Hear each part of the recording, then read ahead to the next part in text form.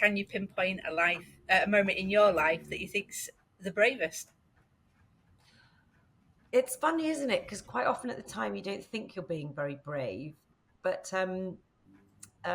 we were watching Slumdog Millionaire on Monday night, and it's set in India, and it's quite chaotic. India is chaotic if you've ever been. It's mad. You can go through every single emotion on the spectrum every sort of 10 minutes. And it just reminded me, I went traveling on my own when I was probably early 30s, and my first port of call was India. And so I'm just there with my backpack, navigating the train systems and everything else on my own. And at the time, I didn't think anything of it. It just felt like completely the right thing to be doing. Um, and I didn't feel brave, but on reflection, on watching the film on Monday night, I thought, could I do that now? I'm not sure I could in my later years. I think we do get maybe more cautious in some areas of our life, but I just thought, yeah, bloody hell, I was really quite brave to go and do that, just disappear off for 6 months. In fact, I loved it so much I came back and then went off for another 6 months elsewhere. So yeah, I think that's probably my bravest, the traveling part. The other thing that somebody mentioned to me yesterday, because I was actually asking for a bit of wisdom from friends, because it's really hard answering these questions about yourself, but also setting up businesses like this, you know like the dog cafe. I'd kind of worked in London in marketing for many years, a career, um, and yeah, just scratch it all to do various projects, including the tonic and doing a dog cafe as well when I first moved up here. So again, I think that's, I suppose, being brave, because you're letting go of routine. You're jumping into the unknown, because you really, as much as you can plan running a business or plan traveling, you still don't know what's going to happen. You're still open to the various elements of life that can um, cause various hurdles. So yeah, I think, yeah, traveling and setting up business. Yeah, well, I think I mean, I've never been traveling, so I haven't had that experience. And I think I would have been to like the thought of, I've just read a book actually about someone describing their trip through India.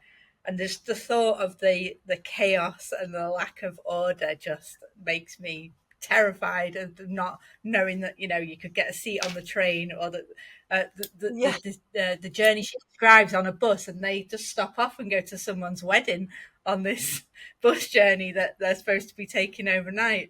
And I'm like, which is a fantastic experience. And I guess if you were young and in the yeah. moment, you enjoy it. But reading it, I'm like, oh, terrifying. It's interesting you say that, actually, because all these things you do forget. But yeah, I think India it gives you the biggest lesson of absolutely letting go of routine and being in the moment. You have to be in the moment. You cannot cling to the fact that a train's going to be on time, or you need, that you have a schedule, because you'll bump into scenarios and people, and just situations where you can't control it, and you just have to go with it. So it is an amazing lesson for that. Mm, So yeah, what you've just read, it is exactly true. I ended up at yeah, somebody's wedding. It was really random, it's and yeah, it crazy, just isn't it? happened. But I guess, Mm. yeah. But I guess, mate, do you think that having done that, that actually gave you that bravery to set up the business? That you kind of thought, well, actually, I've done that, so I It, can kind of do anything now. yeah, you're probably right, because the businesses did happen after the traveling, and it is learning to let go. We get into such a routine, don't we, where we've got bills to pay and mortgages, and you end up on this treadmill, and it's just like, oh, we can just extract ourselves from that, so long as you could rent your house out. That's what I did. Get somebody in, rent it, and escape. Um, and as long as you have that thought that things aren't going anywhere, you can always come back. People will be there. You can, hopefully always find work. I think, I mean, God, I've been blessed financially. I was able to have a job where I could save. Mm. It's easy for me to say, yeah, just drop everything, go traveling. It's not that easy for some people. And I chose not to have a family as well, because I think that's quite a tie if you wanted to go traveling, unless you took everyone with you, which I did meet people that were traveling with kids, and it looked amazing. I mean, what a wild way to grow up. Um, Yeah. yeah. So it's not for everyone. I get that, and it's not always convenient. But yeah, I was quite lucky enough to have had a job where I could have saved for it. Yeah, but I think it's all about the life choices we make, isn't it? So it sounds like you've made Mm, some interesting choices. But it's funny because I think what you've picked out there is a bit of a common theme on the podcast is that younger, almost you've got that impetuous spirit, and you're more carefree in a physical sense, which then you get more cautious of as you get older. But then as you get older, you give less of a shit about certain things, which then opens up a whole other side of your life as well. It's true. You're absolutely right. I was thinking about this because I thought, with some of your questions coming up, that there is a bravery when you're younger, but as you get older, there's definitely that um, massive amount of yeah, don't give a shit. Do you know what I mean? And it kind of sounds Yeah. contradictory. So it's like I might be more cautious now to drop everything and go traveling. But then when it comes to, you know, myself and, what people think of me, how I allow myself to be with regards to how we're kind of, influenced by, you know, our surroundings, I definitely give much less of a shit. But Mhm. it's interesting, isn't it, that we're kind of more carefree on one hand, but more cautious on another. And I think, yeah, maybe it is physical. I mean, I mountain bike. I'm a lot more cautious now. I mean, people will still say, "What the hell are you doing cycling down that ridiculous rocky technical descent?" But I'm definitely more careful physically.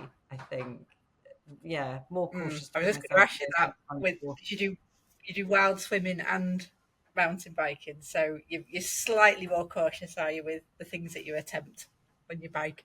Yeah, I think so. I mean, it might just be that you don't recover from injury quite so quick as you get older. And so Mm. it's more frustrating being injured, maybe. But yeah, I think Yeah, I think naturally there is an instinctive response to threat of physical, you know, anything physical. So, yeah, the threat of being injured, I think we know that we don't heal as quick or as well. We know that injuries will still be niggling us for a lot longer than they may have been. When you're younger, you bounce off things, don't you? And now you snap. yeah, yeah. Well, it is a common thing. I Mm. didn't realise quite so much how the menopause and the lack of estrogen affects your bones and the osteopenia, which is the precursor to osteoporosis. That's like Mm. 50%. I think it's 56% of women will break their hip like at some point just through that Is that what hormonal the change, percentage? Oh my something like that. god, Yeah, I know. that's It's quite terrifying. Well, frightening, isn't it? I've started doing kettlebells, which Nina got me into, and it's that weight bearing. As much as I exercise a lot, it's not my impact usually is me hitting the ground. Whereas with kettlebells, it's that weight bearing impact, which is great for keeping your bones and muscles strong, which is essential, isn't it? Yeah, Yeah, with menopause, yeah, you do start to feel more physically fragile for sure. And I think for me personally, keeping myself as strong as I can, as strong as I can be asked. I'm not mad on turning myself into Madonna or anything. I've still got finger rings, but do you know what I mean? Just for myself, I just want to feel fit enough and strong enough to be able to live around here. Basically, it's bloody hilly, and I live at the top of a yeah. hill, so I you should say Kate lives in Hebden Bridge, so if you've never been, it's a beautiful place, but it is hilly. So yeah, and I think you it's do you really stomp and cycle over the moors from work to where you live as well. yeah, totally. Yeah, I cycled down today, which takes about 2 minutes to get here, but probably half an hour to get home because it's like that. Right. That's the wrong way round. Really, you want your easy journey on the way home, I don't you? Not know. after a long day. Yeah, I know, but the Victorians built Ebden Bridge down here, idiots. So Yeah, it kind of, they should have put it on top of a hill. Then it wouldn't flood either. Famous for flooding. Yeah. What Oh were they yeah, you've had quite a thinking? lot of flooding problems, haven't you? There. Shouldn't laugh, but yeah, it's ridiculous.